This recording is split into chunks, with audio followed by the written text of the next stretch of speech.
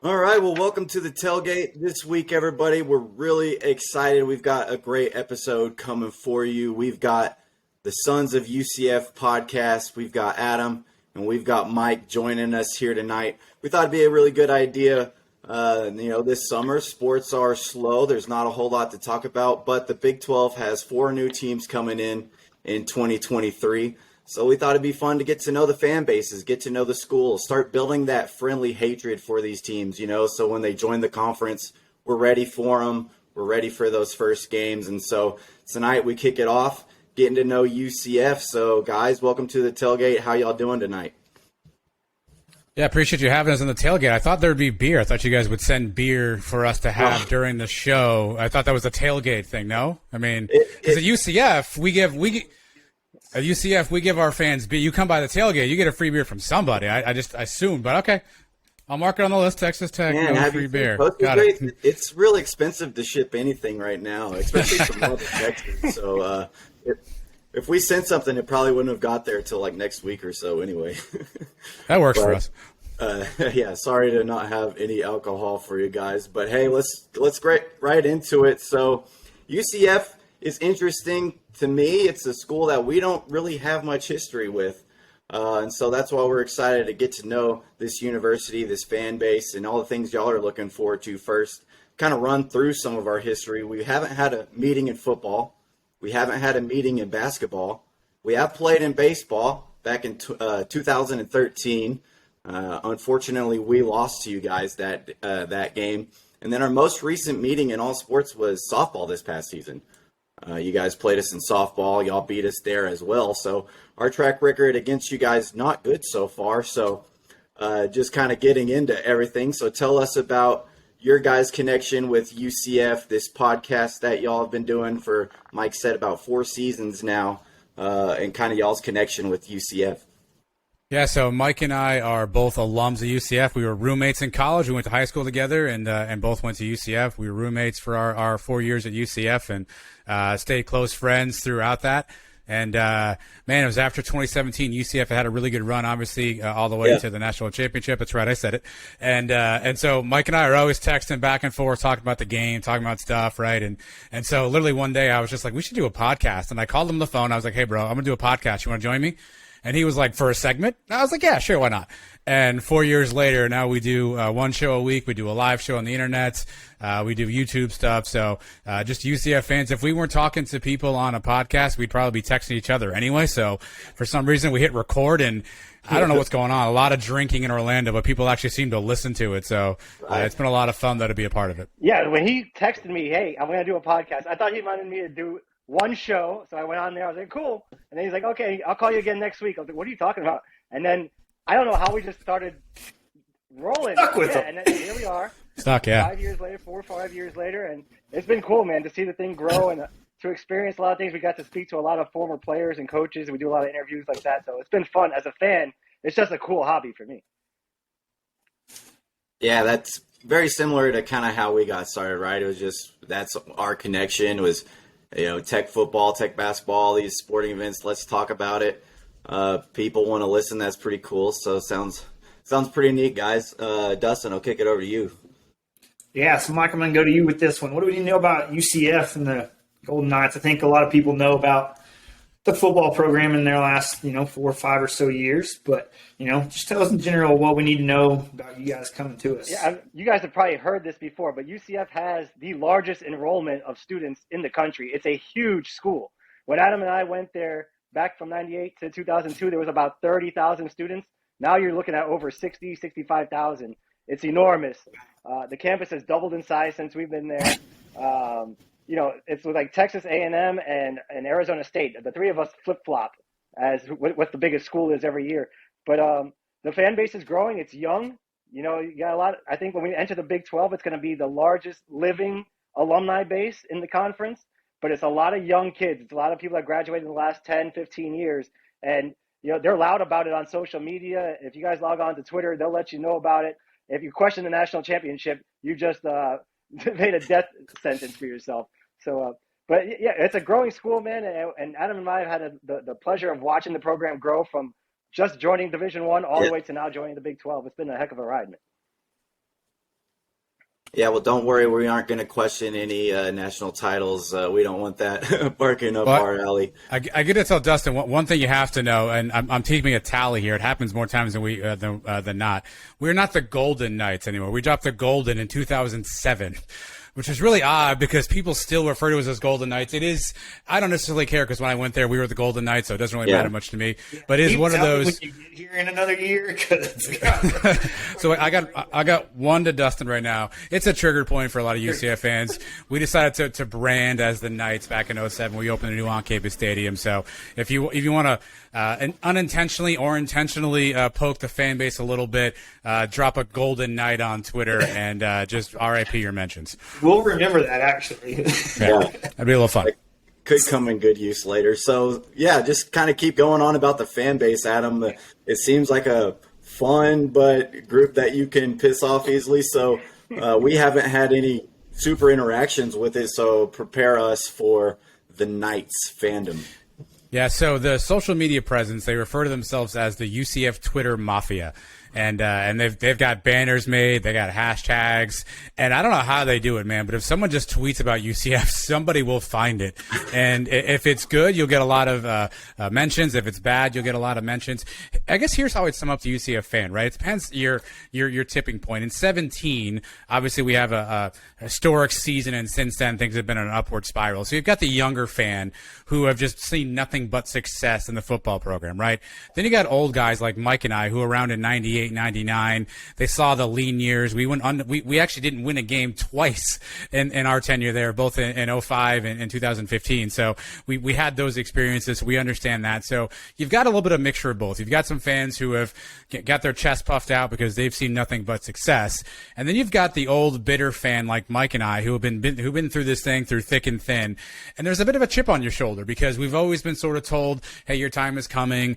Just keep doing what you're doing. Keep winning games. Keep doing this. It's a cute little story. And so you've got a lot of folks who've got that chip on the shoulder of saying, hey, we've done a lot of great things in football specifically, but we're getting traction in other sports, and we want that attention.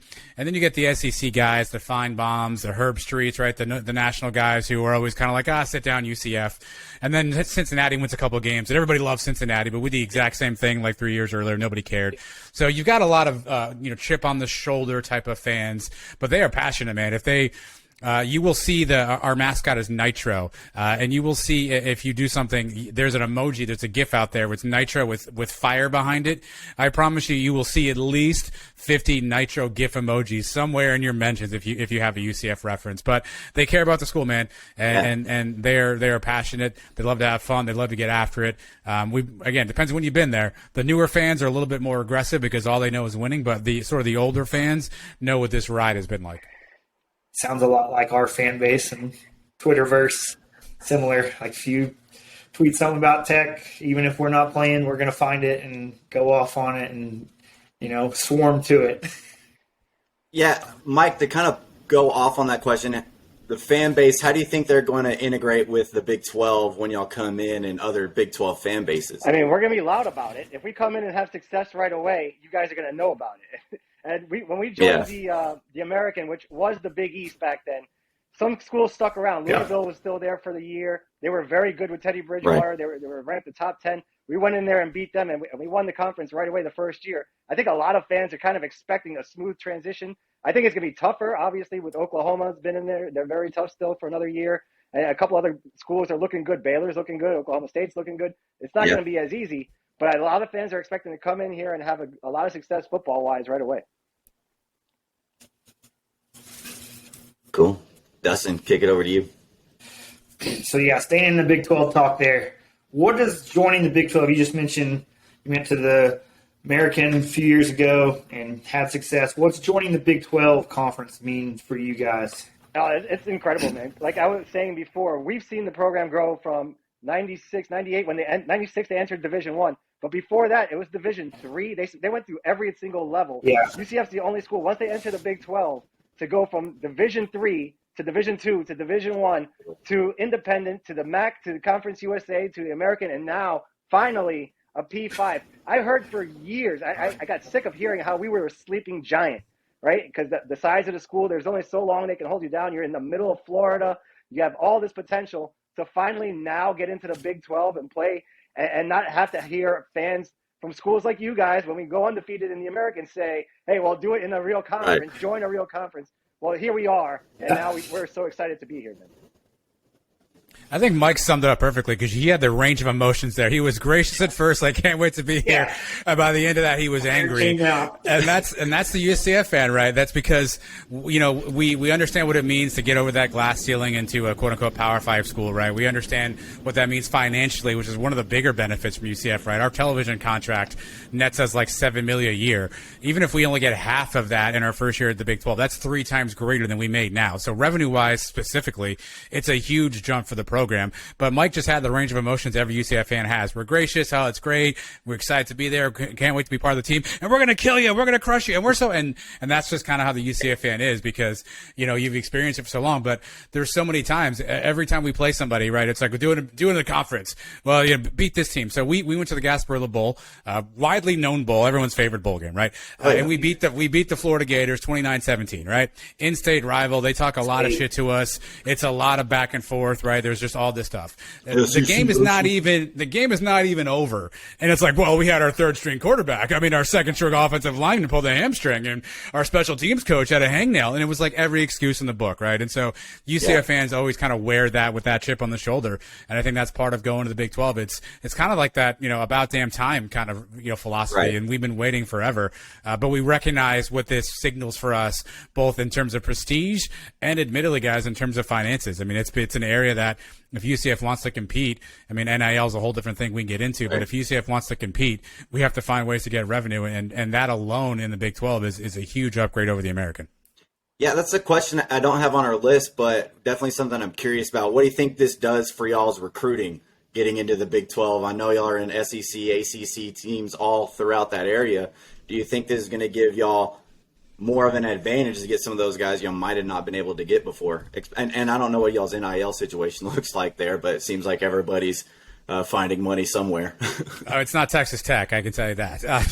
I mean, I think we've got some guys who are stepping up. We're trying to do some stuff, I think, legitimate. I think there's a lot of pay for play. UCF isn't really, at least outwardly, talking about being involved in that. You're not seeing the Texas A&M type stuff and, the Alabama, USC type stuff. But I know there's some groups for UCF trying to work on that. But really, kind of in terms of recruiting, here's where we are as a fan base. Again, we're in Florida, a talent-rich state, just like y'all are in Texas, right? You got Miami, Florida State, Florida. Those are 3 schools every year. They pull a ton of recruits in. And every time UCF's in a battle with them, 9 times out of 10, we would lose that battle because, you know what? All they have to say is like, they're not even in a Power 5 conference. And typically the kid's going to go, oh, yeah, you're right. And they're going to go to that school, right? So we get on that playing field with those schools now. We have, I think, a long way to go to win those battles consistently.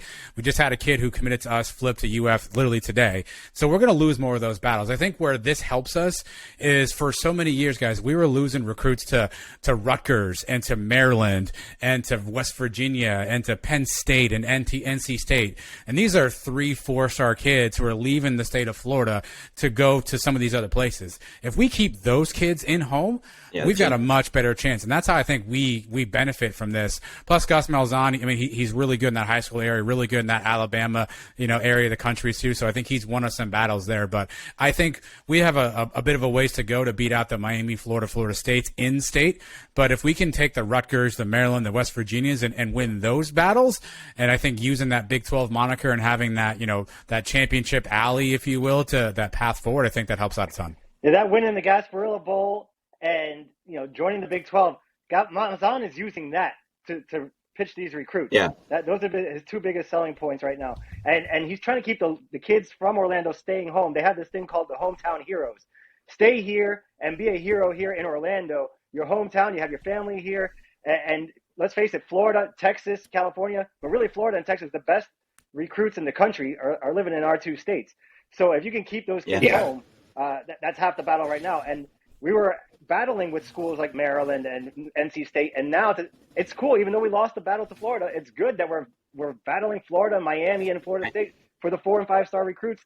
And recruiting is already taken off. We haven't even played a game in the Big 12 yet.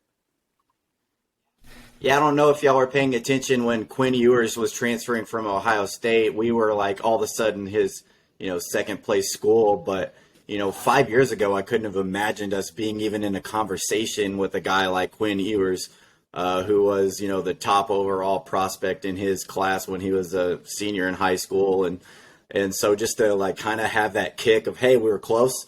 I mean, that got me more excited than any of the recruiting battles we had been in several years. So I'll kind of ask, still on the Big 12 conference coming in, we're a Texas Tech podcast. What are y'all's views on Texas Tech as you come in? Obviously, we're not super familiar with each other on the playing field or anything like that, but how do y'all perceive Texas Tech and our fan base? I think obviously football-wise, I think you've got the Cliff Kingsbury era, right? And it was throwing the ball around the yard. It was every year that whatever quarterback you had, if it was B.J. Simons, Graham, Harrell, these guys were the record-setting NCAA quarterback, right? Patrick Mahomes obviously goes there. So I think that recognition just from a wide-open offense, Mike Leach to Kingsbury has obviously got a ton of recognition. Anybody who knows college football saw that game where, Harrell to Crabtree for the touchdown against Texas, right? I think that's a legendary moment that people see. I think the last couple of years, I think a lot of folks kind of lost track. I don't know much about the Matt Wells era. Seems like it didn't go very well. And so I think that's why you don't know very much. There you go. And I think that's don't look into it. Similar to what UCF has, right? When you're on an upstring and you're not one of these blue blood programs, if you have one or two down years, you're off the landscape already, and that climb back is so tough to make. And I've heard good things about Joey McGuire and what he's brought. And we talked to some folks last week. I do a show with Mike Farrell as well, and Mike Farrell can't say enough about Joey McGuire being like the guy who knows every single solitary high school coach in the state of Texas, can make a phone call right now and get somebody on the phone, which is something that Tech hasn't had. So I think from a football standpoint, what we're seeing, what we're hearing, I think is arrows pointing up. I think your basketball program has been obviously a huge benefit for you. Obviously, the Chris Beard thing got a little ugly at the end there, but things continue to carry forward. And I think Texas has had a really good basketball program. That's one area I know we'll talk about it later.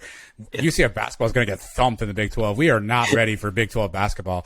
Y'all play some street ball out there. You guys are tough physical teams, and not to mention Kansas and obviously all of what they bring. Baylor's won a national championship. So it's a tough basketball conference. We're not ready for that at all. But I know that Texas Tech has definitely done a bunch.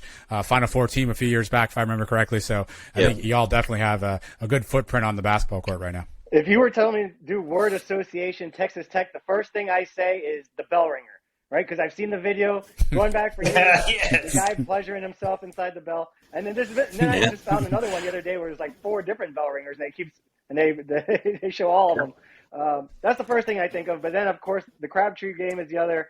But like Adam said, the last few years, you guys have been on that downswing. You're not really in the news as much. And, we follow our conference. We follow the other teams in the state. So teams like Texas Tech, we kind of lose touch with. Yeah, since the Mike Leach departure, over 10 years ago, we've been riding the mediocre train. Like, we're hanging around 5-7 and maybe 7 or 5 at best, and losing recruits to anybody.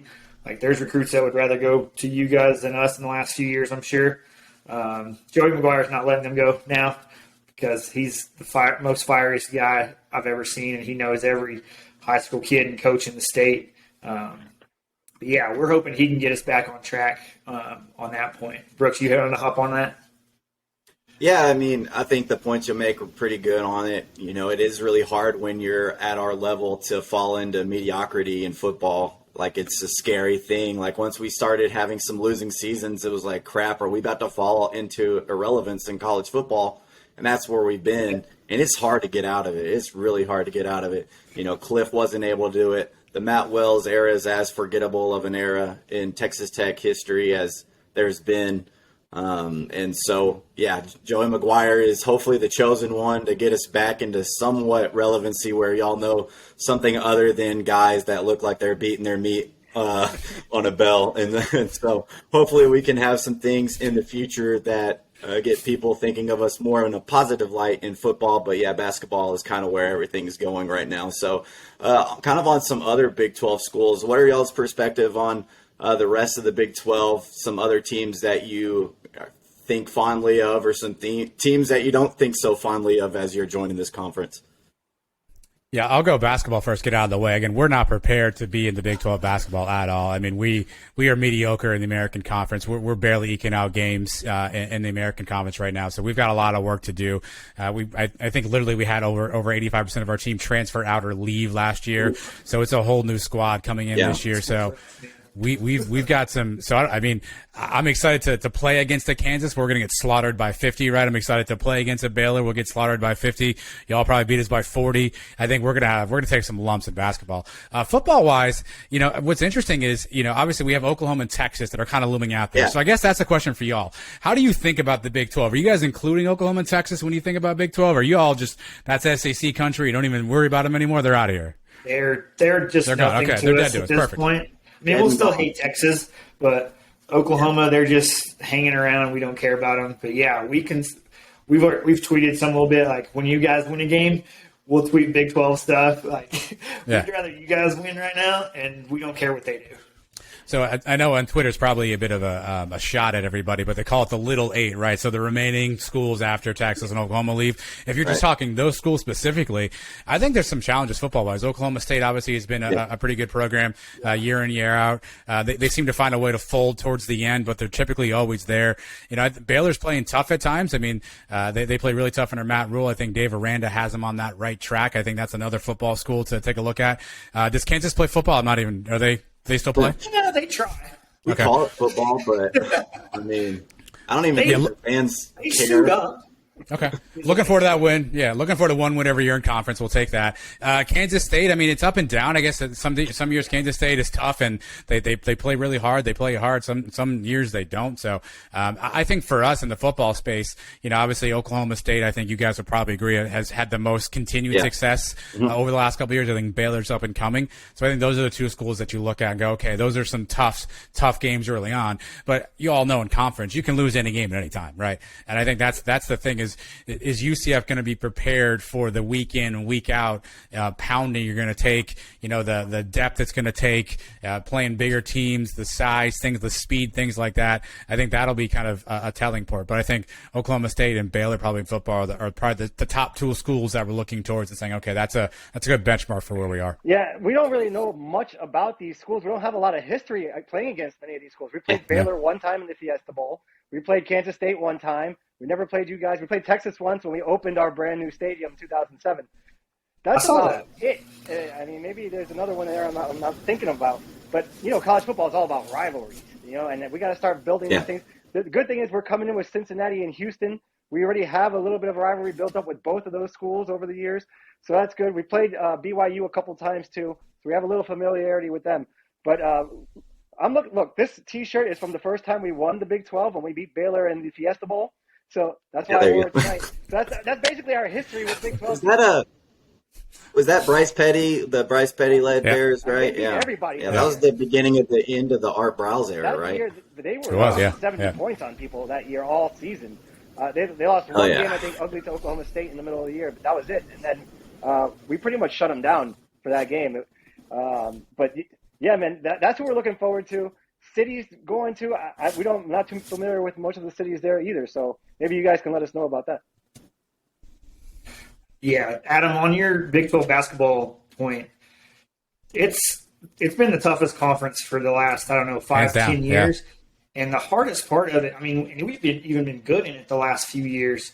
When we were bad, it gets really bad. But the hardest part is, you got to play top 5 Kansas, top 5 Baylor the next day, like a couple days later. Then you got to play a top 10 another team. You got to play like 4 top 20 teams, like in a couple of stretches. Like you never get a break of a game. Like, and even like the low level teams right now, like you can't take a night off. They might put something on you. I know like this next year, we're already looking at it and looking forward to it, but I've read some stuff.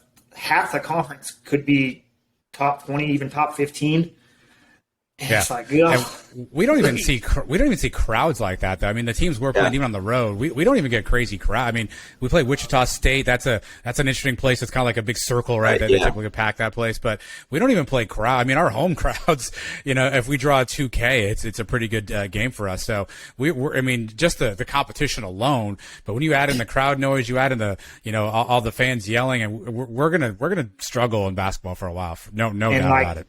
Basketball-wise, yeah, we probably have the best atmosphere, especially when we're good like right now. We can pack in 14,000 and tight. Yeah. Tight atmosphere, pretty rowdy. Kansas, they have a smaller, older stadium, but they pack in, I think, 9,000. They sell that out every time. Iowa State's not an easy place. West Virginia, if Bob Huggins has them going, they have a big, big stadium. So, yeah, there's a lot of big stadiums that can also get very loud. Yeah, it's fun though. But every night is a freaking stressful as hell night. Big 12 refs, are always the game. We always make fun of that. But especially during basketball season, you sweat a lot during those games. Football for us has been more enjoyable, even when we're losing, because we just kind of, going in, your expectations are low. And so if you win, it's exciting as hell. And if you lose, it's just playing up to the standards that you've already set. But so it's a pretty fun conference all around. Dustin, I think you said you got a follow-up here. That was my follow-up. But I kind of want to tag along Mike earlier. He mentioned rivalries. Yeah, I know you're bringing, like you said, Cincinnati, Houston along with you. I think a lot of Texas schools are looking forward to having a rivalry with Houston. Are you guys looking forward to any of the current or staying around Big 12 teams, maybe making a rivalry with them? Do you have anybody kind of picked out? I mean, you always go after one of the top teams. It's Oklahoma State, and they seem to have a big, rowdy fan base too, which kind of fits in with us. I love that. Our fans are young, but they are loud. So I would put our 45,000 up against Ohio State's 110,000, whatever it is. But they're a bunch of 80-year-old people. We've played a game there. It wasn't that loud. Same thing with Michigan. Some of the older schools, our fans are incredible when it's a big game. The atmosphere is nuts. So I'd like to play a school like that. I've seen that at Oklahoma State. I've seen it. Baylor has been a lot better now with their new stadium. So those are schools I'm kind of looking forward to playing. The Oklahoma State stadium is an interesting one, especially both them and Oklahoma. Those stadiums are right on top of you. There's like no room on the sidelines to the stands. They're right there. They're right on top of the players, and they have those little stupid paddles that they hit the sides of the wall with that make a ruckus. But I think y'all talked about it with Rob last week. They're Xerox U for us. They just copy whatever we do, and if we make something new that's cool, they're probably going to start doing it later. So just be careful if y'all flash any cool traditions. They might steal that and use it for their own. I don't know if the Knights have something cool, some cool intro or something y'all do. They're always ready to take whatever cool tradition another school has. So be careful with that. We were kind of thinking last week, would West Virginia, I know y'all, since it's kind of an East Coast thing, would West Virginia be a possible rivalry between you guys? Is that something that we could push, or is that some team that y'all are kind of just like, below us? I think we're open. I think that's the thing about rivalries is they kind of have to happen organically, right? Unfortunately, there's not a geographic rival, right? Right now, our rivals are in Tampa, right? So it's so close to us. It's an easy geographic rival. So this is going to be interesting how the rivalries form here, right? Because it's either going to be tough games on the field, it's going to be trash talk afterwards, right? Things like that. And that's where Mike's point about if you're going to think about the schools in the Big 12, where are you going to get the trash talk? My assumption would be, outside looking in, Mike Gundy probably would talk the most shit of any coach out there, right? So my assumption would be he would probably say something in the media that would piss off our fan base, and then we'd be like, hey, we want to go get Oklahoma State. The other coaches at least seem a little bit more under control in the Big 12. I don't know what Neil Brown's doing in West Virginia. He seems like he's pretty under control. He might be out. If he's even there, great question. So I think it has to happen organically, right? I think it's to happen either tough games on field, some sort of an incident or coach talking some stuff, doing some headlines. I think that's kind of where we're looking for fan base. But geography-wise, I would say the other thing is whatever the easiest flight to get to to be. I think that's one thing UCF fans have kind of joked about is that the plane trips to some of the locations here aren't going to be the easiest plane trips. So if you tell me there's a school that's like right by an airport, direct flight from Orlando, that's our rival right away, hands down. Hey, we might be it for you then. All right. Yeah. So right now, like the top places that are easiest to get to would probably be TCU and Texas, right? And of course, Texas won't be here for too long, so that goes out. But TCU right in Fort Worth, they have airports right there. But Lubbock's only one connection away. Some of these other places, West Virginia, you got to fly and drive 3 hours to get there after your flight. Kansas State, you got to fly, drive an hour. Stillwater, you got to fly, drive an hour or two. So we're pretty simple to get to. Just a flight to Dallas and one connection, and hey, you're in Lubbock and you're 15 minutes away from campus as soon as you land. So, but Big 12 cities. So you kind of talked about this. You're not really familiar with it. Is this questions y'all want to ask us, or is there anything like that you would consider traveling to if it was a direct flight? Let's say it was a direct flight Stillwater. If it was a direct flight to Morgantown, what are kind of like some of the places that you've heard good things about and would be curious about going to? Yeah, I've got a follow-up for this one. So I said on one of our shows recently, I said Waco might be interesting, and I got hit with a barrage of Waco's a shithole, so maybe I'm crossing off the list. We may or may not have spoken to somebody who does something very similar to y'all, and he just casually dropped in that there's a crime problem in Lubbock. I don't know if you can address the current crime statistics in Lubbock, whether or not we need to have our wallets in the front pocket. I don't know if you can shine more light on the crime statistics. All right, so I'm born and raised in Lubbock, and I have never experienced this. Now, there might be lists or stuff out there, but let's face it, guys, if you're going to be in Lubbock, you're going to be there for a football weekend, right? If that, yes. Most likely. You're not coming out to Lubbock for vacation. Like, that's all right. We get it. It's not a vacation spot, but it is a great-ass time for a football weekend. Like, you're going to have one hell of a time. You're not going to get robbed. You're going to meet a lot of really friendly people who are there to make sure you enjoy your time in Lubbock and enjoy your experience there. There's going to be really good food. There's going to be a lot of great places to get a cold beer or whatever drink suits you.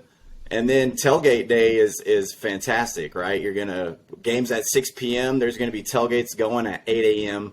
They're going to be ready for you. You probably can just walk around, and as long as you're out there and willing to go meet random people, they're gonna shove food at you. They're gonna shove free drinks in your face. We're just a really friendly group of people who really do love Lubbock and want people to love it as much as we do. And so if you're here for a football weekend, you're gonna have a really good time. You're gonna go enjoy a football game where you have a decent shot of winning, because we don't win a whole lot at home.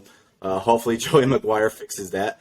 But after the game, win or lose, we booze. So we go out and we have a great time, whether we win or whether we lose too. So you're just going to have a lot of fun packed into a good weekend. So that's my sales pitch on Lubbock. Like, if you just want to have a good time, drink a lot, eat a lot of food, go watch a football game in between, it's a great place to do that. Dustin, you got anything to add on? Oh, you nailed it right on the head, man. What's you're speaking my language. You're speaking my language on that one. What about? Well, you guys tell us. What's one spot? I mean, we've heard West Virginia. I think they burn couches there or something, right? What's one spot that you would say, hey, you know what? Outside of Lubbock, which sounds like Brooks may be in the Chamber of Commerce. I'm not sure. Outside of Lubbock, is there one spot that we need to go to?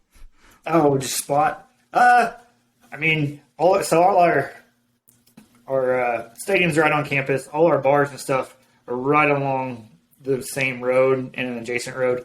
So we have a stretch of, 6, 7, 8 bars down that road. And Chimmy's is the most popular one, I would say. Great little kind of fast Mexican food, but really good margaritas and drinks, cold beer. I was going to answer it before you said what to go place, like eat and drink. But tradition-wise, when we kick off a football game, we throw tortillas on the field. Yeah. So that might be something you don't see anywhere else. You're like, what the hell are they doing with tortillas in their pants? Yeah. Throwing them at kickoff. And we don't really even know how it started. It just started one day. Somebody started throwing tortillas. But we don't know the actual source of what. So we're in Orlando. There's thousands of hotel rooms every corner you go by. What's the accommodations look like over there in Lubbock? Are there a lot of hotels? Am I gonna have to crash at Brooks's place, or what's gonna happen?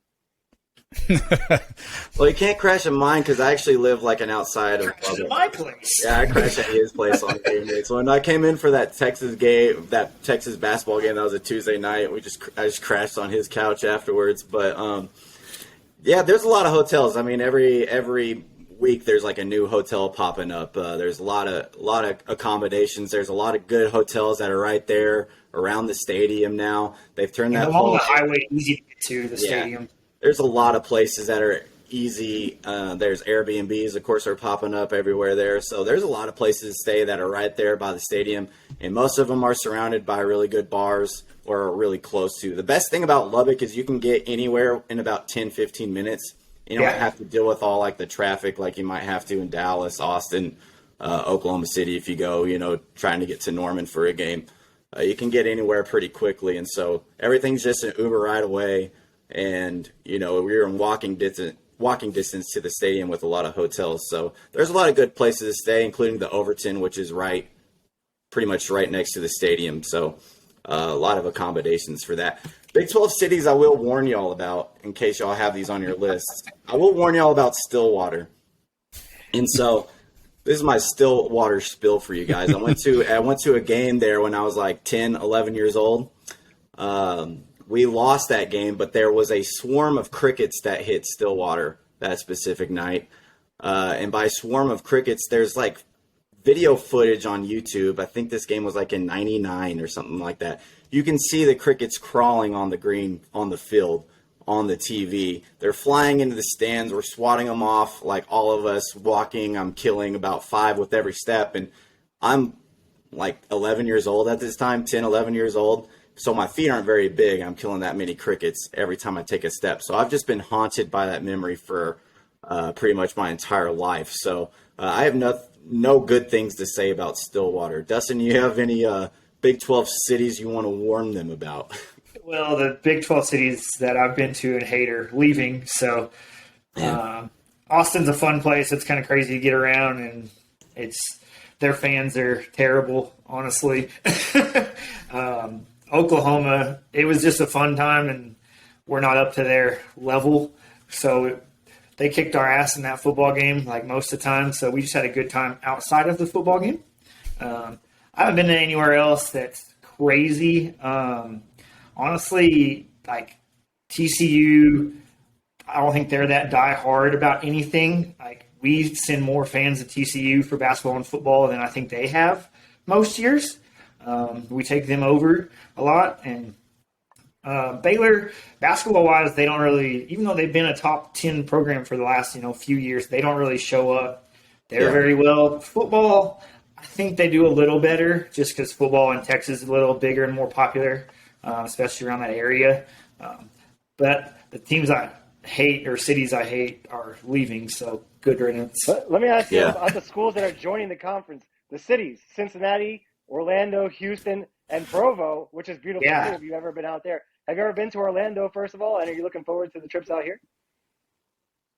So we had a segment last week that we kind of broke it all down, football, basketball, rivalries, cities. I'll be honest, I had you guys last and fourth. You did. Just because I think, just in general, people know UCF's in Orlando. Orlando is usually, Disney World, touristy, that kind of situation. And I think these other schools, even Houston, I had low because, huge city. There's a lot to do there. Kind of terrible to get around that big-ass city. So I had you guys low there just for kind of touristy reasons. And I wanted to follow up kind of with that. You asked us, how is it to get around the tailgate scene? Is the tailgate scene close to the stadium? Are there bars around? Like, how does that work with Orlando and the city and the school kind of situation? Yeah, so the city of Orlando is very busy. If you drive around downtown, I-4, it's a nightmare. Yeah. Okay, but the school is actually about 20 minutes east of there. So when you're coming to a game, you're probably staying at a hotel right across the street from the campus. Tailgating is just like you guys all day. We have this place called Memory Mall where it's just a line of grass that goes on for quite a bit, and people are tented out there, grilling all day. There's a bar that's right by the stadium that I stop in all the time too. Before I make my rounds, I'll stop at a couple of tailgates. We'll go to the Alumni Center. We'll drink there. On my way to the stadium, I always stop at Burger U, have a couple last beers there, a couple shots. So then, yeah, everything is there. It's a huge party on campus. When Adam and I went to school, we used to play at the Citrus Bowl, which was downtown Orlando. And, we'd have to drive 25 minutes out there, sit in the parking lot. It's completely different now. Now you're sitting on campus. It's beautiful. The scenery is awesome. All the alumni have come back now in like the last 15 years since the stadium opened. And it's just the atmosphere before the game is incredible. I mean, the team does the walk to the stadium. The band comes through, the whole 9 yards. It's a great college atmosphere. And if you want, at nighttime or the next day, you want to go over to hit the theme parks, you want to go downtown, check out all that stuff, you have that option to do that too. Yeah, I think Orlando's kind of split. There's East Orlando, which is where UCF is situated, right? And that's with traffic, that's like an hour and a half to Disney World, Universal, all that stuff, right? So that's the biggest myth about UCF. Every time I'm like, oh, I went to school in Orlando, they're like, oh, you went to Disney World. Like twice, maybe the entire time I was there, just because it's so far away. It's nowhere near what you want to do, right? I think the cool thing about what you get on campus, right? So Mike mentioned Memory Mall. So that is just packed. That's just elbow to elbow. Students have to reserve spots in advance. There's like a lottery system, right? You set your tent up, and that's just one area. Then you have all the parking lots around there, and that's where all the old alumni are at. Some of the folks who don't go to school anymore. So you've got that whole student debauchery section where if you want to go through and do Jello shots and play flip cup, all that's going on, right? Then you can probably go to like 4 to 5 different satellite parking lots where it's old guys like Mike and I with tents and beers and cornhole, stuff like that, watching TVs with like a real legit setup. We have a lot specifically for RVs and buses, right? People will come in with an RV, right? Get TVs hanging on that thing. And then to Mike's point, nothing better than you're at a tailgate, right? You're there all day and you're heading to the stadium now. Everyone's all pumped up, right? We're going to kick their ass. We're going to win. And then right before you get there, out of the corner of your eye, there's more beer. And it's like, I can't believe there's still more beer left, right? You grab that last one at Burger U, you walk into the stadium, you get inside. In and around Orlando, it's your typical college town. There's college bars. There's a lot of housing. Mike mentioned the enrollment numbers. So there's a lot of student housing around there. But you name some sort of a bar, some sort of a chain, it's in and around there, all up and down kind of the 2 main streets there, kind of going up and down UCF. You probably get anywhere between 10 to 15 bars spread out that people kind of hit after games. And again, to Mike's point, so you go to the game, you get hammered, you lose to UCF, sorry. You get up the next morning, you shake it off, and you're like, hey, let's go check Disney World out. Hey, let's go to Universal. Now you can kind of make a weekend trip out of it. So there's something to do if you want to, kind of come in town and make it a trip. If you're an NFL fan, short drive to Tampa. Maybe the Buccaneers are playing somebody you want to see that day. So you've kind of got that NFL crossover at that point too. Depending on what time you're there, November, Magic play there, right? So if you're a basketball fan, Magic are right downtown. So a lot of times I know when Mike and I plan trips or think about it, we always try to do that double dip. Who's playing Sunday nearby, right? So you got the Bucks, 90 minutes away. You hop in a car, you're in Raymond James in no time. Yeah, to kind of pump myself up, I had y'all high on my list of places that I would. I saw you, Brooks. Yeah, I saw you. You're my favorite coming in. Yeah, I've been to Disney World twice, but I would love to go back and not deal with that at all whatsoever. Like I think the last time I did it is the last time I want to do that. So it would be fun to actually be there and kind of get not that experience and actually experience what it'd be like to be around that campus. And it sounds like y'all tailgate like us. So I think that's why I had y'all high as they seem like people that would want to have a good time, start at 8 a.m., tailgate till the game's at, 6, 7 p.m. So other questions about tailgates, because we are Tailgate Talks. So what are some interesting food items that we might find at a UCF tailgate that's kind of different from what you might find out here in West Texas? Do they serve food, Mike? Are there food at those tailgates? I don't even know. I'm gonna have to check that out if there's liquid food diets only. Yeah, Adam sounds a lot like me. Yeah, I don't know if there's food laying around. We used to set up our own tailgate. Like I was saying, we would have the tents, the TVs, the grills ourselves. As the older we've gotten, and now we each have kids. I'm driving up there that morning. Sometimes I bring the family with me. Sometimes I'm by myself, and I don't want to have to lug all that stuff around, set all that stuff up. So I'll pop by a buddy's tent for a little bit. Then I'll head to the Alumni Center. I'll drink beer there. It's free. I'll hang out to get some AC because it's hot in September, October, early games. You don't want to be in the sun all day if you're a guy like me. And then, we head to the bar. But food-wise, it's a mix of everything. It depends on who you're tailgating with. There's not staple food. I mean, I know you guys are known for your barbecue over in Texas and stuff. There's no big thing. It's not like you got to have this cheeseburger or anything. But everybody's doing whatever they feel like. Some people customize it to the opponent that day. So if we're playing, a team with a cow, we're playing South Florida, we call them the Cows. You kick some hamburgers. You play in Philadelphia, you do some cheesesteaks, things like that. But we're not really known specifically for our food. More partying. There may or may not have been a brothel on Memory Mall at one point that. when the stadium first opened. Well, that's There's a lot of That's on our Patreon channel if you want more. there's a lot of women. There's a lot of eye candy. It's Florida. There's a lot of girls walking around, and it's just a party, really. So if you grab a hot dog on the way, that's just an added bonus. And to your point, guys, half the people don't even go in the game sometimes, right? Like you see a bunch of people don't even make it in the games, UCF's been on a pretty good run. The running joke for the alumni is at halftime, all the students leave and they don't come back. Right, so they go back to the parking lot and they're like, okay, cool, we're up 21-0, cool. And they go back and they finish up the tailgate, whatever's left over, whatever they didn't drink, they go back out and finish it up. So it's definitely a school. Like we went 0-12 in 2015 and we're famous, Orlando, UCF's famous. There was a bar in downtown Orlando that basically served free beer at every game until UCF won. So literally every game that season, they gave away free beer. You said win or lose, we booze. That was a literal mantra for us that season because we had nothing else to do but booze. So if you're looking to get after it, see some rowdy stuff. You'll see a couple fights break out here and there too. It's unfortunate, but it happens from time to time. But it's a nice setup. Again, it's all right there on campus, so you can even walk campus after that. Like you want to take a break, you want to walk around, you can walk through campus. We have a student union with a bunch of restaurants and stuff inside too. If you need to get some AC, it gets hot out there, just like I assume it does for you guys in Lubbock. So there's some AC to have, but it's a scene, man. It's for sure a scene. I don't know if you guys caught. We had College Game Day in 2018. Yeah. You do into that search, you'll see the crowd that we pulled in for College Game Day. I mean, it's a big atmosphere there. Can y'all drink in the stadiums? Is that allowed there? Huge question. Well, that's a great question. So right now, there are 2 premium sections that you can buy season tickets to, and you can drink in those sections only. Mike and I happen to be season ticket holders in those sections specifically because we want to drink there, right? Yeah. There is some talk about opening that up to the entire stadium. Our AD is big on self-generated revenue. Obviously, going to the Big 12, we need to find ways to make money. An easy way to make money is sell some booze. Yeah. So that's on the table in terms of that's something we do. Fans like Mike and I are pissed because I'm like, hey, I pay premium for these seats because I want to get booze. If Jabroni down the block is playing like sit in the bleachers, like that's not fair. So we'll see what UCF does. But right now it's premium sections, but I wouldn't be surprised come fall if it's not everybody. Yeah, I'll tell you this. It's a huge revenue generator because, Lubbock is in the Bible Belt, South Bible Belt, and huge Christian people didn't want beer in the stadiums. It's going to get too rowdy and crazy. And finally, like 3 or 4 years ago, they allowed it. And there's been no incidents. Nothing has happened.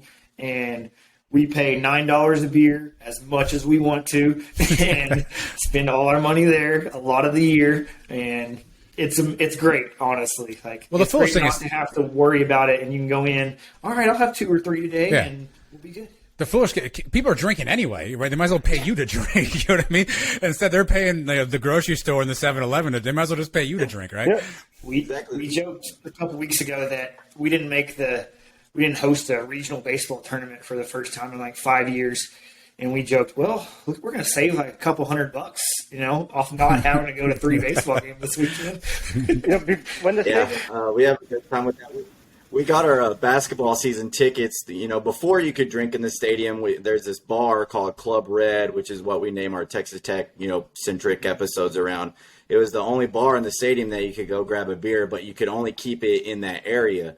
And so when we were originally getting season tickets, we had some chances to get lower, kind of right by the benches or, real down close to the court. We were like, no, put us close so we can get to the bar before everybody beats us there at halftime. Of course, now, you don't need to get to the bar at halftime to grab yourself a beer. You can just go anywhere out. But I tell you what, it's definitely made going to games even more fun than it already was. So kind of keeping the conversation moving on back to sports and everything like that. We kind of got this talking about earlier with the basketball. So other sports UCF is good at. When y'all are coming into the Big 12 conference, besides football, which I already got y'all's confidence level on that, what are some other sports that you expect UCF to come in and just compete with the rest of the Big 12 right away? Yeah, I would say for us, our women's sports, at least these past couple seasons, have outperformed our men's sports hands down. Our softball team actually played Oklahoma in a regional. I think we lost by the least, if that makes any difference. I mean, that Oklahoma softball team crushed everybody. So our softball program's on a pretty big upswing. Obviously, you mentioned earlier we played Jaw this year and won that one. So our softball program, if we continue in the trajectory we're on, I think we can compete. Our volleyball team is typically pretty good. We've been to the NCAAs a few years in a row, so we're good there. Our women's basketball team has typically been good. Now we're in a period of upheaval. Our head coach left to go to Georgia, so with her exit, all the other the girls exited with her as well. So we lost pretty much our entire team from that perspective. So we'll figure out how that shakes down. On the men's side, baseball, we're always up and down. We haven't been consistent in a long, long time. So I don't know what we'll do baseball wise. We're going to get crushed in basketball. Soccer, we're not bringing our soccer teams over there, but we're typically pretty good in soccer. I don't know if y'all have tennis there. We're typically good in tennis. So that may be a sport we compete. But outside of football, softball, volleyball are probably the next two that I would say we have a chance of making any noise in. Yeah. Mike, yes. you agree? For men's basketball, we've won one game in the NCAA tournament in our history. We've been in the tournament only a handful of times, 5-6 times. Baseball, we've never won a regional. We've never been to a super regional, so we don't have a lot of history there. Basically, like Adam was saying, softball is now probably our second best sport. This past season, men's soccer, but now we're moving into the Sun Belt. The Big 12 doesn't even have men's soccer. We've been okay with that. But, I mean, we're hoping for some improvement, especially in men's basketball and baseball. The sports where people actually spend some money in. Because most of the other sports, let's face it, nobody really goes. At least here, anyway. Right. No, yeah, those are our big three, right? Football, baseball, and basketball. And luckily we've been good at basketball and baseball, so that keeps people going to the games. But, football is very much kind of like you said when in some of those games for y'all where it's a lot of people at the first half, and then by the end of the game, it's kind of empty because everybody's back out at their tailgate or trying to get to the bars or trying to beat parking or whatever it is.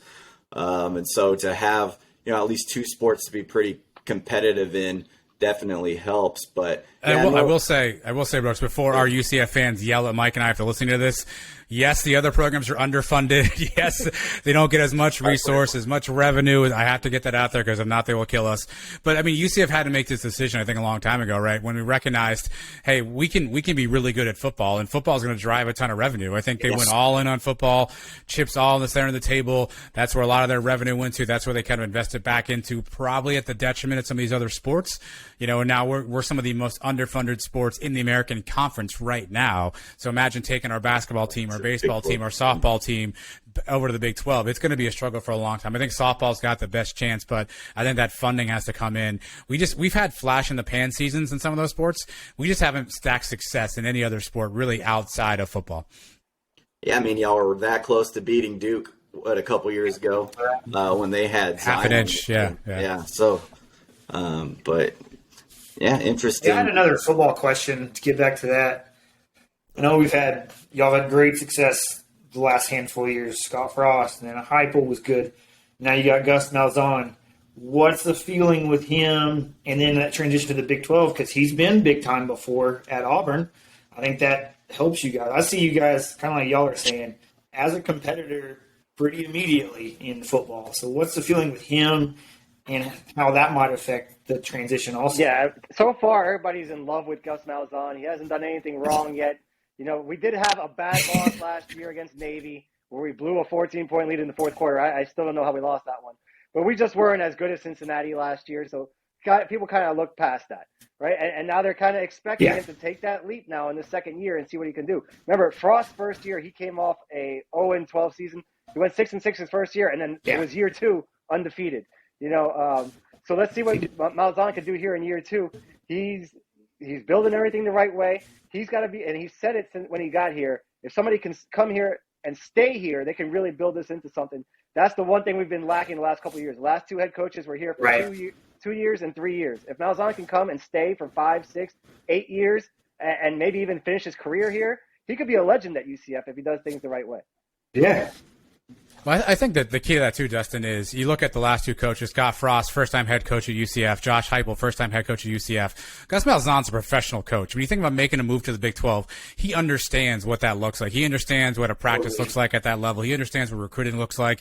He knows the support staff he needs. And so I think that's a huge part about having him in the seat. I would tell you right now, if this was Josh Heupel to run the show, we would all be a little bit like, are we sure we can figure this out? But you have confidence that Gus has been there before, knows what this looks like, knows what it's supposed to be. And I think we broke that mold, because usually under our old AD, we went first year head coach, right? So going with Gus, I think everyone has that confidence that, okay, he knows how to build a program. He knows what success looks like. So I think that's where for everybody in terms of Gus, the arrow points in that direction, in that up direction, because of that experience. Yeah, totally agree. Brooks? Yeah, I got one more question, football related, and it's to the stadium. Y'all call it the bounce house, correct? I love that. Breaking news. So as of like 2 weeks ago, we have a sponsor now. It's now FBC Mortgage Stadium. Okay. That's the formal name on it, but I think everyone will FBC still Mortgage Bounce House. Okay. There you go. I think everyone will still call it the bounce house. I mean, that's kind of what it'll be known for. I've heard It rumors of this. Is it because it feels like it shakes when everybody's going crazy? Yeah. So you asked about traditions earlier. So we have this is super. We're probably the only team that does this, right? We play Zombie Nation. I don't know if you guys have heard of it. So we play Zombie Nation at kickoff, and there's a little chant that goes along. And right before that, everyone's jumping up and down. So if you've got 45,000 people in that stadium, I mean, it's a more of a steel-based construction stadium versus sort of your older school like brick stadiums. You will absolutely feel the bounce going back and forth. So that's how it got. It's actually better than it used to be. I think they tightened some bolts and they firmed some stuff up over the last couple of years, because it used to be pretty bad after a while. We've heard stories of cameramen who were like, hey, I have to shoot outside the stadium because I can't stand here. My camera won't stand up. So I think it's gotten better over time. But if it's rocking, you'll feel it. Yeah, you feel the floor under your feet. Kind of like, it gets a little scary sometimes. And for a big game, I remember. I was gonna say, is that awesome, or does it like give you a queasy feeling in your stomach if you've had? Well, it depends how your tailgate. It depends how your tailgate went. If your tailgate went good, you don't even know you're moving. Yeah. But Adam mentioned when the stadium first opened, it was worse, and they had to reinforce all that stuff to kind of make it feel a little safer. But it's been the stadium now has been around for about 15 years, so I don't know how much longer the bouncing it can take. That's great. Mike. I mean, no one gets hurt, but like, it'd be a good way to splash on if like just little collapse, no one gets hurt, but it's like, well, UCF's here, they're breaking their own stadium. That would be something we would do. I wanted to come back and ask you guys again. Any other Texas Tech questions, sports related? Like I just asked, coach related. Honestly, anything. Floor is open to you guys. Yeah, I guess I heard your show last week. Obviously, you guys kind of talked through each of the schools, but Mike and I are always curious the outside perspective on UCF. Right? We think we can come in and compete right away. We think we have a lot of talent, a lot of speed. We think we have a good coach and a good protocol in place. Y'all don't see us all the time. Just probably hear about us in SportsCenter or whatnot. From the Big 12 standpoint, is there any, I don't want to say scared, but any concern or what are your expectations for UCF and how you think they'll hold up in the Big 12? I would be optimistic if I were you guys. I think you are coming into the conference at a really good time. All these four schools coming in, I think all have a shot at being very competitive right from the get-go. Y'all have all been some of the best non-Power 5 teams for consistent years now. So I think getting that Big 12 bump, how that helps y'all with recruiting and all of that stuff. But y'all have a shot right there. Like we're losing the weight of the conference with OU and Texas, and it's kind of all there for the taking. Like, sure, Oklahoma State's been very competitive. Baylor's had a few good seasons, but there's really not anybody just strictly who's claiming, like, we're going to be the best football school once these guys leave.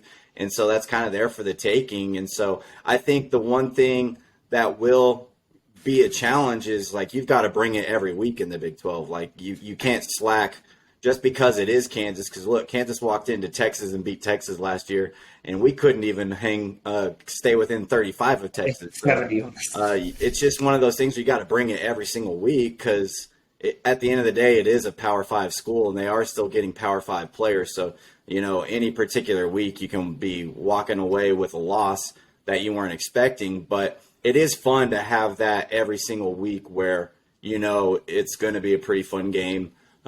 different teams. But I think the fact they are coming in now should be great for you guys. Like, y'all should be excited. I'm excited to have y'all. But yeah, there is some fear in me that's like, does Joey McGuire take us to where we can be above these new 4 schools? Are we just going to fit in right to these 4 schools, or do we get left at the bottom of the Big 12?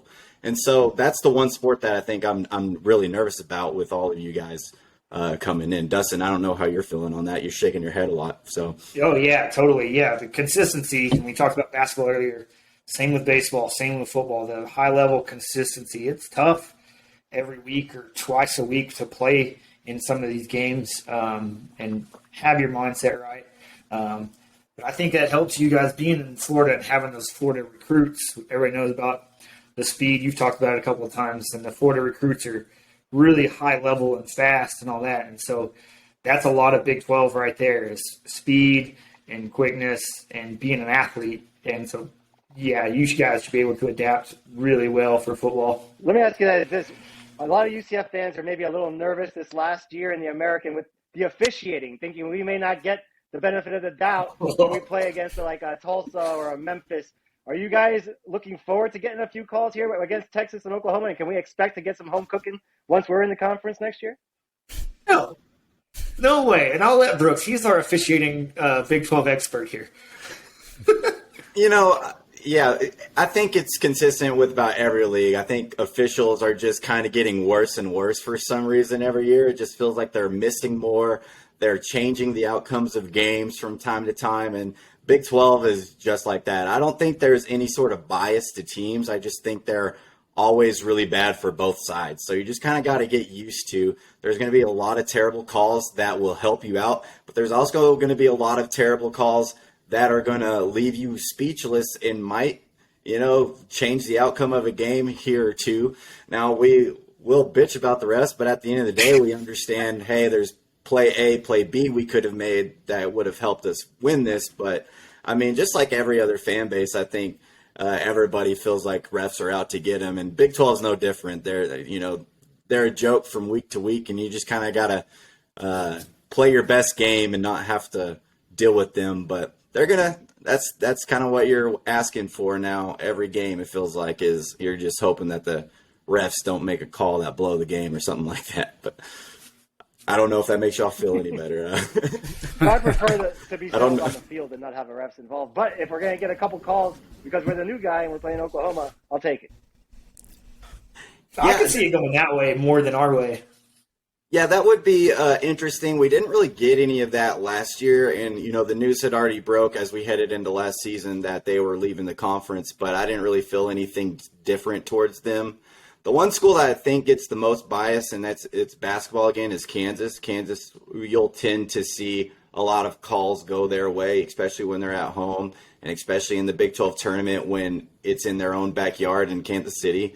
So that's kind of the one school that I think gets the most bias. But, yeah, it'd be interesting to see, like, this next year and, however long Texas and OU remains, if, like, the schools remaining in the conference get a few more calls here and there. So that'll be something interesting to watch.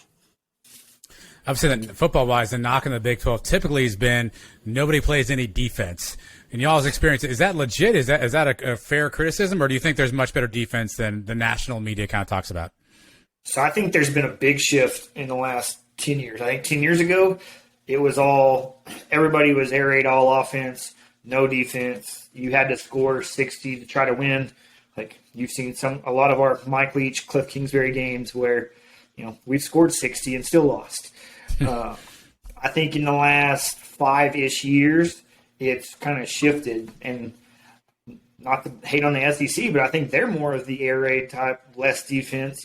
And the Big 12 kind of has a little better defense. I think everything's kind of shifted and caught up. I think the Big 12 is a little more balanced, I would say, rather than how it used to be for the last 10, 15 years before that. Yeah, I think it's interesting because I think the Big 12 was kind of ahead of the game in the offensive side of the ball. Mike Leach really ushered in that air raid era, and you kind of look at his coaching tree is ridiculous.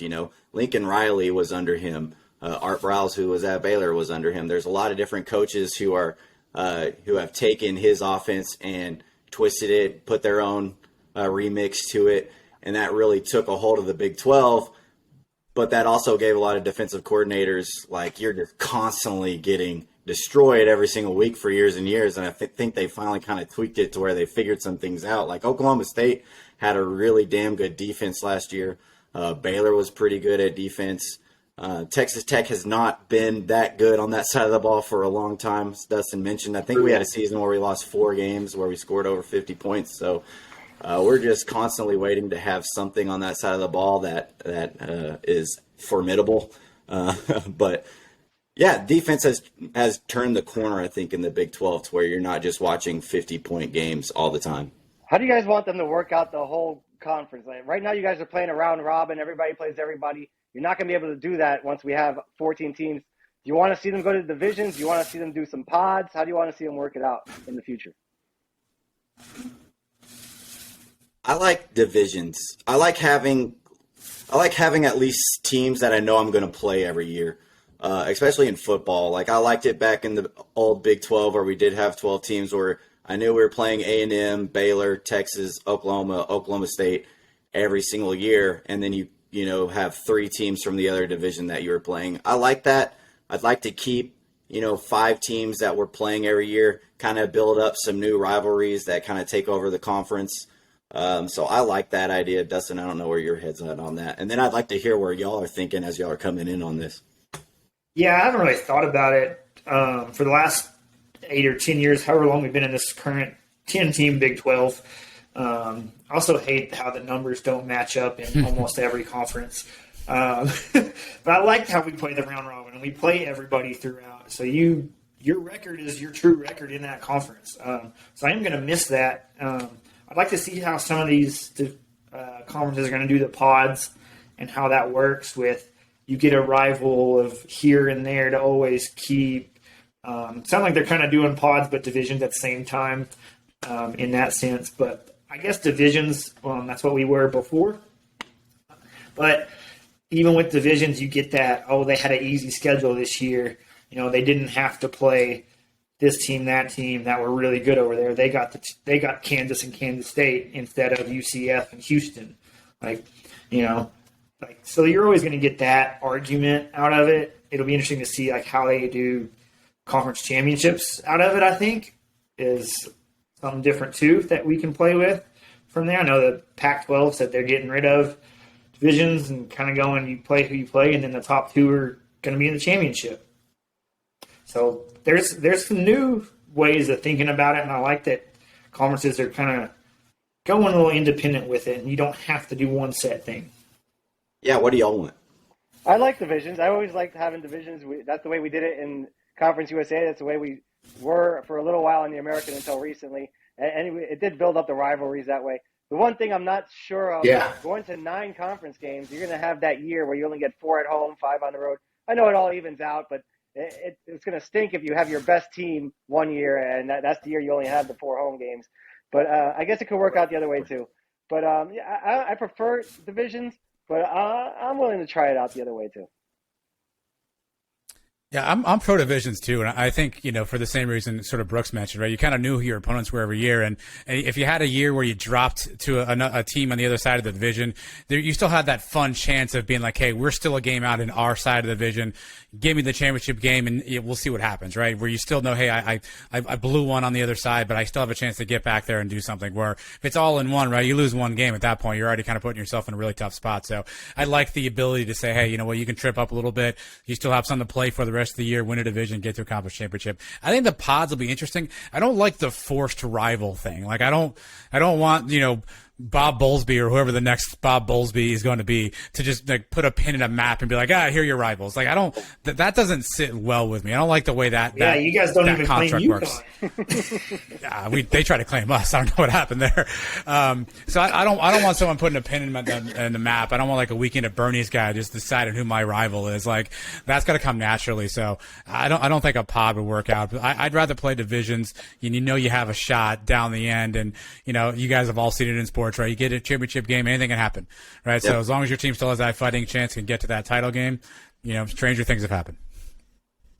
Yeah, I agree with all you said there. I think it adds more to the conference. It can build some rivalries more organically if you're doing that. And then it is fun when you get to see the other teams in the division because, hey, this is the first one time they're coming to Lubbock in the next 4 years. And so you kind of want to show up for that game more. That's how I always felt when Nebraska came to town. It was really cool to get them in. You knew you're only going to get one shot at them. And once you started finally beating him, it was really cool. But the years before that weren't so fun.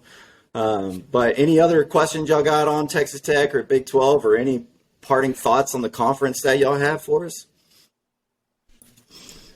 Yeah, I mean, I think, like I said off the top, as a fan base, we're pumped to get over to the Big 12 and kind of start. It's going to be an interesting year for UCF, kind of this purgatory season where we're kind of, looking forward, but having to play in the future. So I think for us, really excited to be to the Big 12. Can't wait to either get you all out to Orlando or if I can con Mike and get into Lubbock. I looked up that hotel you mentioned, Brooks. It had 4 stars, so I'll give you that. Yeah. So maybe that's an option for us down the road. But we're excited to get out there. We're excited to meet more fan bases. Glad y'all reached out and had us on. I definitely want to do more of this and get a chance to meet some of the other pods, other shows. And when the weeks come up, we play each other, talk a little shit back and forth, maybe a friendly rivalry or something. I think that's